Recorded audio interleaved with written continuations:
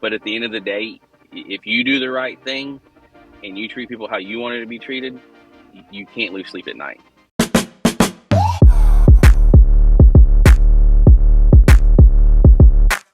All right, everybody. Hey, so I am Jen with the Feral Business Owners Podcast. I've got JC here with me today. Uh, JC and I go way back. We actually went to school together. I'm not allowed to say how long ago that was. I've already been told. Oh, yes, way back. I think I'm 37 this year. So Yeah. that'll give everybody some insight. If you can do math, you're lucky. You can get it figured out. Yeah, right. Exactly. Uh, Exactly. right. So JC, we're just gonna jump right off into it. Tell me how you got here.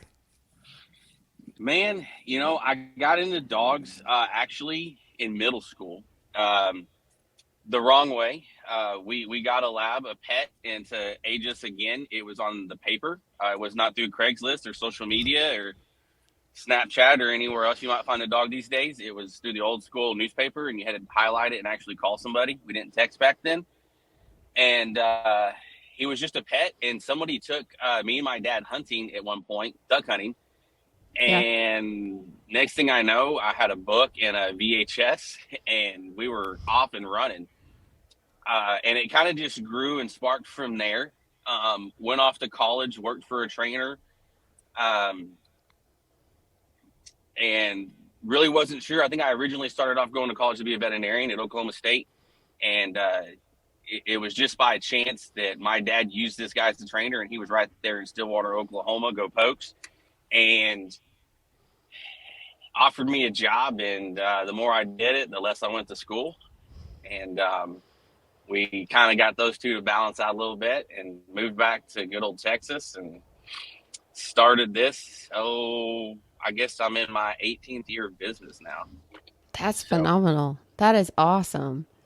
So one of the things that I noticed about your website, just looking through it and everything, is one of my big questions for you is how did you get your sponsorships? Like I know that there's probably a lot of businesses out there. There's probably a lot of maybe people on podcasts, like whatever. Like you were sponsored by some really big names. How did that come about for you? my Woody, so now I'm really, no, it's hard. I'm very, very fortunate to have great relationships with Karina and Avery and all them. And that's just relationships that I've built over the years, relationships that they're willing to trust from me being who I am and being able to represent them in a professional way of what this sport is designed for. And, they allow me to carry their brand. So it's just hard work, getting in there, grinding and showing that you are successful and that you're somebody that they want to get behind. And Yeah. it's been very, very essential to our business having those relationships. Yeah. That's phenomenal. Like and I to me it leaves me speechless. I'm just like, damn, that speaks volumes to me. When you can get backed by such a large brand and brands like that, it's really awesome. So, in the dog training world, how many competitions are you going to Oh on gosh. average? So annually I hit about 15 to 20 what we call weekend events. Hmm. These may be qualifiers of some sort, whether they're AKC or Super Retriever Series. Yeah. And then I run two national events in the year. And unfortunately, both of those are in the fall. Mm. Um, so, for instance, the Master National with AKC is a month-long trip. We just got back. Our last one was in October. We were in Oregon for 27 days. Um, Dang. I came home for, I came home for 2 weeks, and we shipped off to the Crown for 2 weeks. So it's a lot of road time with these dogs. A lot of effort goes into prepping for it.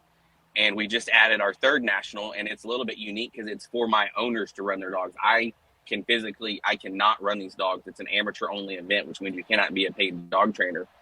So Wow. we have four dogs running that event next month. So now I have a spring national. So What's um, your we are specialty going. that you train in? What's your I mean, tell me what your specialty is and then tell me what your passion is. So my specialty, our business covers everything from all breed obedience. We do put a weight limit in. Anything over 30 pounds is fine by me. We do everything from your basic gun dogs to your advanced gun dogs that you'd see like on a guided outfit, all the way into your competitive dogs. So your AKC hunt test dogs, your super retrievers, trial dogs, and things of that nature.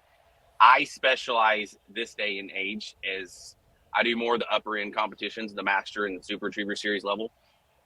I've got trainers beneath me that focus on my up and comers, and they're kind of my foundation work. And I've got a dog trainer and obedience trainer that all everything flowing and keep the system moving. My passion is duck hunting and hunting dogs. That's where it all started. That's what I've stayed true to. If it was November, we would not be doing this podcast because I would be in a duck blind. And the passion has doubled now since I have children, and my son is old enough to go and experience it with me. And he is definitely right off the block. He's a chip of wood for me. Baseball and hunting is life, and it's pretty cool. He gets to come to work with me. We hunt together. We're best friends. So That's awesome. That is phenomenal. So, what would you say? So in business, we've got wins and we've got losses. What would you say was one of your biggest losses in business? Early on, it's just to kind of give you all some insight on this business. It's very unique. Training dogs in general is unique. Training competitive dogs and hunting dogs is definitely extremely unique. And most operations are probably a one-man show. Maybe they have a full-time or a part-time person that's helping them out, cleaning kennels and throwing birds for their dogs and whatnot. But generally, it's a one-man operation. I can tell you when I got out of college, I thought I was going to be hot shit if I had 20 dogs in training. And that was my goal in life. Have 20 dogs in training, win as many field trials as I could, and go hunting. And now we're like at 60 to 70 dogs year round. We have a staff of 6 to 7.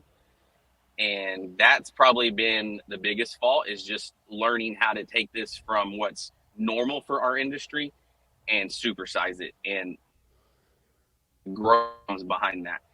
Most dog trainers don't have to worry about being an S Corp and LLC and, a lot about sponsors and all this other business stuff. They just get to go to work and train dogs. And believe me, there's days I wake up and I'm like, I would really have just like to train dogs till the sun goes down today.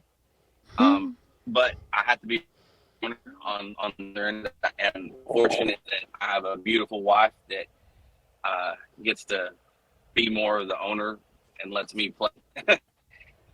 But that's probably been our biggest obstacle, is just growing this thing when there's not very many people that have grown it to this size. We're also very fortunate that my very best friend and he has 120 dogs.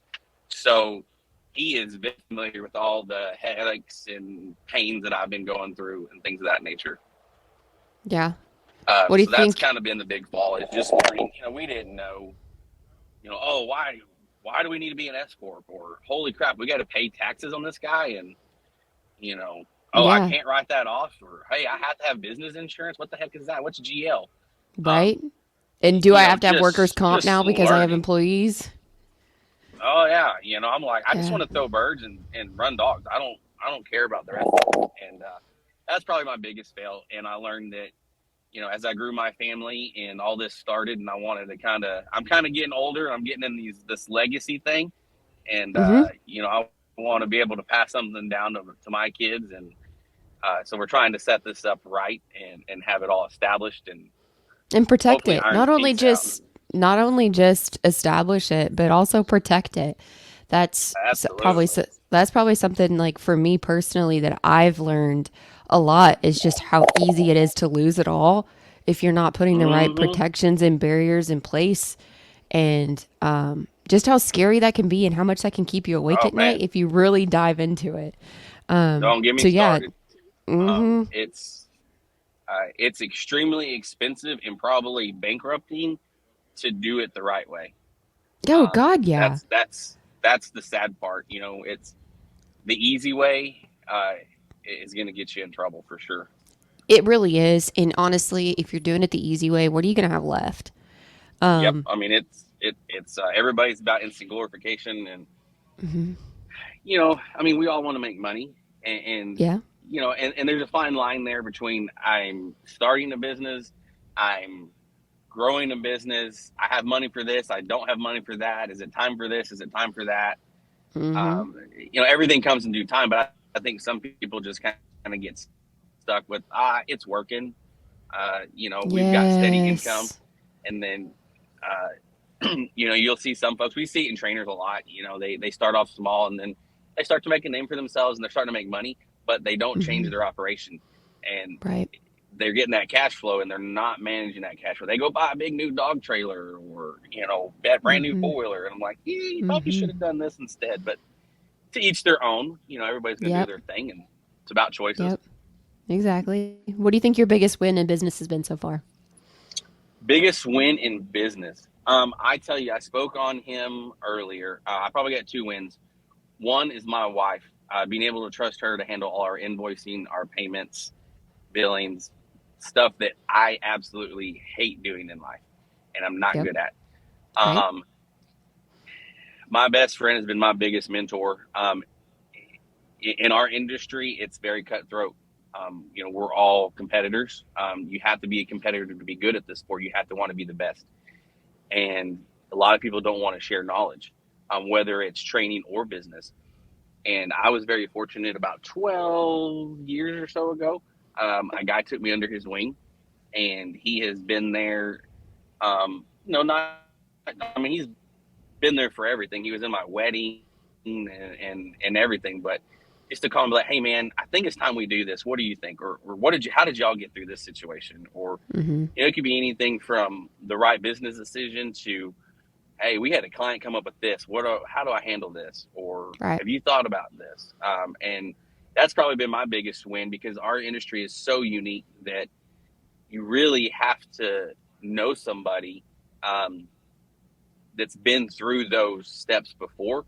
Because if I call an insurance company, they have no idea what I do. Right. They think I have a dog on a leash and I'm feeding it and I'm teaching it to sit with a treat.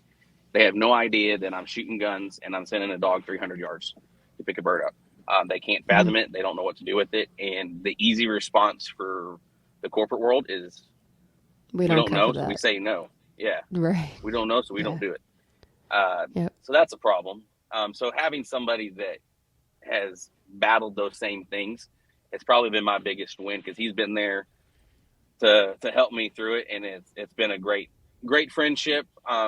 He's an uncle to my kids, and him and his wife, we stay down at their place all the time for competitions. It's just a wonderful thing. That's probably been my biggest win because he's helped me succeed, and he wants to see me succeed. He wants to see my family be where it needs to be, and that's probably been my biggest win is having a good friend. So having such a unique business model and a unique market and not that many people do it, which makes it ultimately competitive. What do you feel like is your best marketing strategy you've got going right now? So I'm fortunate. We don't have to market in ways that a lot of other businesses do Hmm. because this industry is kind of cornered for you're either in hunting dogs or you're not in hunting dogs, Right. and we have stuff out on social media and Google and all that kind of stuff, and it helps draw attention to our website and things of that Right. nature. But ultimately, our biggest advertising is running these competitions. Mm. If you want to see my style of training, if you want to see what my dogs are capable of, if you want to see the potential that I can give your dog, it's on showcase every weekend across the state and in the Midwest. And you can see that my dogs don't cower. They're not afraid of me. They're willing to go pick up that bird. They're willing to swim 200 yards. Um, I'm out there to be exposed. If you're looking for a home builder, you can drive by some houses, but you really can't see your framework and some of your foundation work. It may be good, it may not be good. You may be able to see thumbs, you may Right. not be able to see everything. We're really a glass door in this industry. So the dogs don't lie. The dogs tell the truth on the kind of care that they receive, if they're healthy, how happy they are. All those things are are right there for the world to see. We post videos of it. We don't hide it. We live in a Yeah, world where dogs are.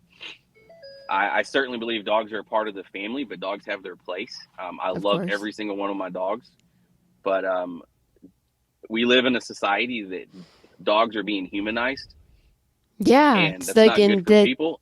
no, Yeah.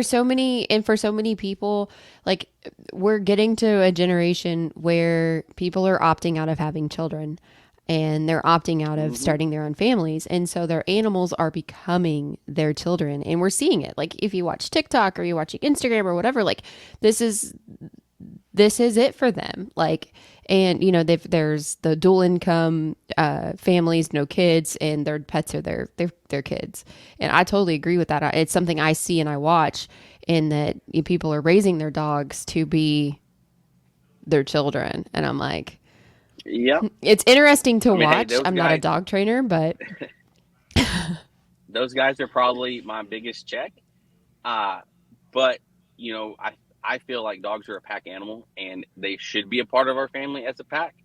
But every person in their pack has a role, and mhm, it should be mom, dad, kids, dog, not yeah, dog, mom, dad, kids. You know what I mean? hmm, Some people are yeah, like, oh well, I can't.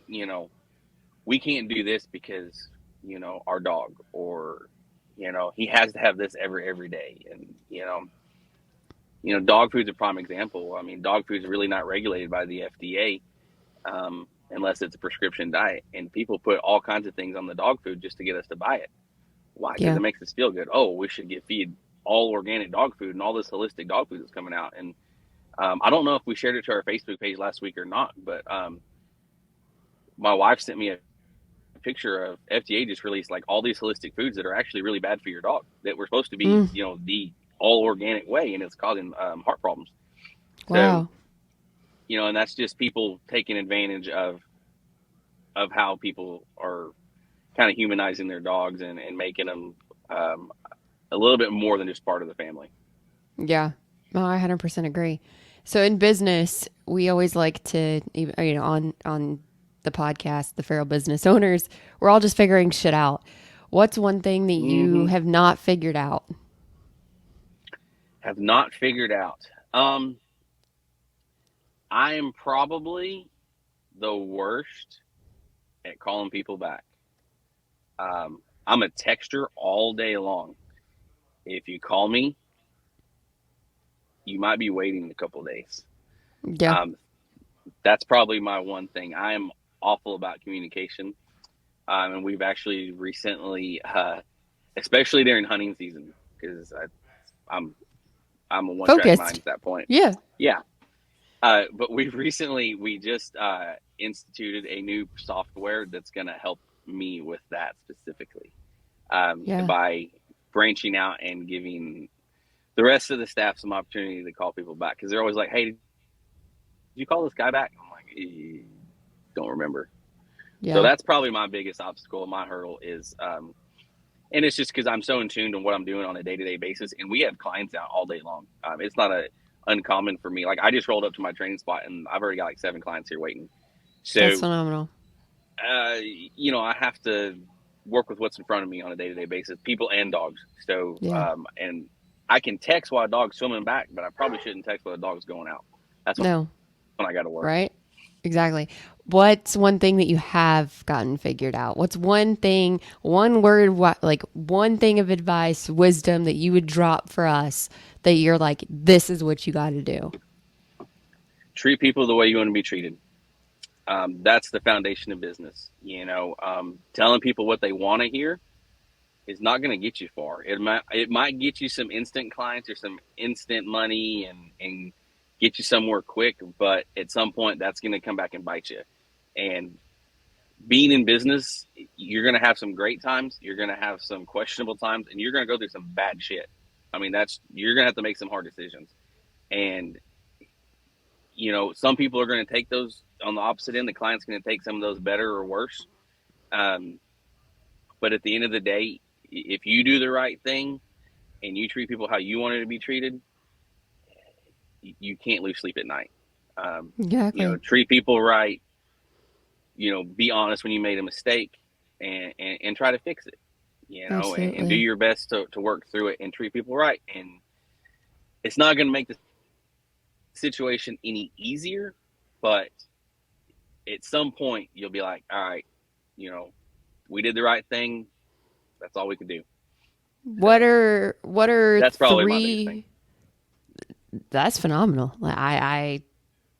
I totally agree with that. I think that that's even something that I tell my kids and have told my kids for a really long time is like treat people the way you want to be treated. And did you respond the way that you would hope somebody else would respond to you in any given Mm-hmm. situation, or even a text message, or whatever. And I've got three girls, and two of which one's very close to being a teenager, one is a teenager, and the whole like I just feel like I'm just like I feel like I'm a referee most of the time. And talking to other moms, I'm like, hey, just Oh want to yeah. let you know this is going on. Like, hey, like, and it's just like, well, did she say what you would want to say? Like, I'd feel like I say that so much, in all of it. My next question for you is, give me three things that I should look for when hiring a dog trainer. Uh, um, Step number one, I would always go and visit. See what's going on. Um, if they tell you no, you can't do a visit, that's probably a giant red flag in the very beginning. But Yeah. go out, view the facility, watch Mm-hmm. them train some dogs, and see how they interact with dogs, and see how their dogs are interacting back with their trainer. Is always a good Okay. step. Um, you know, References. I don't put a lot of stock in references. People call me, hey, can you give me some references? I'm like I'm going to give you somebody that's going to tell me something that's going to tell you something bad. Right. So Google review, sure, that's always a good option, but don't ask for references. I'm not going to send you. I'm going to send you my best client, right? Come Mm-hmm. on now, be smarter than Right. that. But other than that, in my industry, going out and watching his dogs work at his facility, going out and watching him work at a competition. Mm-hmm. Um, if you have the opportunity to know somebody that had a dog in training, Makes talk to sense. different breeders Yeah. that are breeding labs, or whatever breed of dog that you're getting. And hey, I was wondering about sending my dog off to JC Strange, and have you had any dogs go there before, or do you know anything about him? Ask Yeah. people in the industry what's going on. Yeah. Um, the third thing I would always look at is if he's a member of the PRTA. That's the Pro Retriever Trainers Association. That's always a kind of a helpful thing. They kind of set the standard for how we should be conducting business and acting. Um, Awesome. I haven't seen anybody get reprimanded yet, but it Well, should make I you mean, feel a little that's bit better. good. That's good. Yeah. That's Other than awesome. that, that's the big thing. Just it's amazing. I'll see people that just come and drop the dog off here, and it blows my mind. I'll have a 5-minute phone conversation. We'll set up their drop off, and they're here 10 minutes. And I think it's great if they full heartedly trust me that way. I'm not that kind of person. I want to see you do something. I want to see your work. I want to see your kennel facility. I want to meet the trainer that's going to be training my dog, whether he's a one-man operation or he's got multi-trainers. That's one thing that I strive to do. Is a lot of people come here assuming that I'm going to train their dog, and it was like that 15 years ago, but I hadn't been like Yeah. that in probably 7 or 8 years. Right. The cold hard fact is, unless your dog's going to be a master dog, chances are I'm never going to touch your dog here. Right. I have trainers that work for programs. You're not necessarily buying me as a trainer; you're buying my program. Right. And I try to institute that, and I try not to get caught as a middleman with my trainers and their clients. A lot of trainers will try to. Uh, I got this guy training the dog, but when they come and visit, I train the dog for them, and I full heartedly trust my trainers, and they're going to make good decisions. They have conversations with their clients, and you're going to work with your trainer when you come out and work with your dog. I'm not going to take anything away from my trainer. I'm not going to try to, navigate it for you or them. I just kind of hop in when there's, some sort of issue or communication breakdown or anything like Right.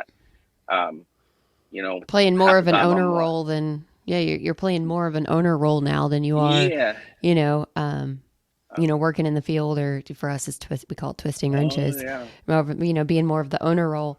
But that's phenomenal. I'm super, super proud of you. I'm super proud to see your growth, thank you. especially from the time, we were Back at teenagers you. to now. Thank you.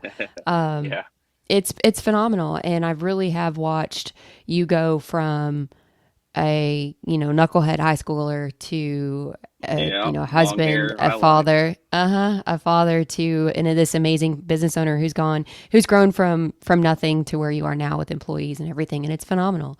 So tell everybody where we can find you if we're interested in what it is you've got going on. Hey, we're old school. We like Facebook.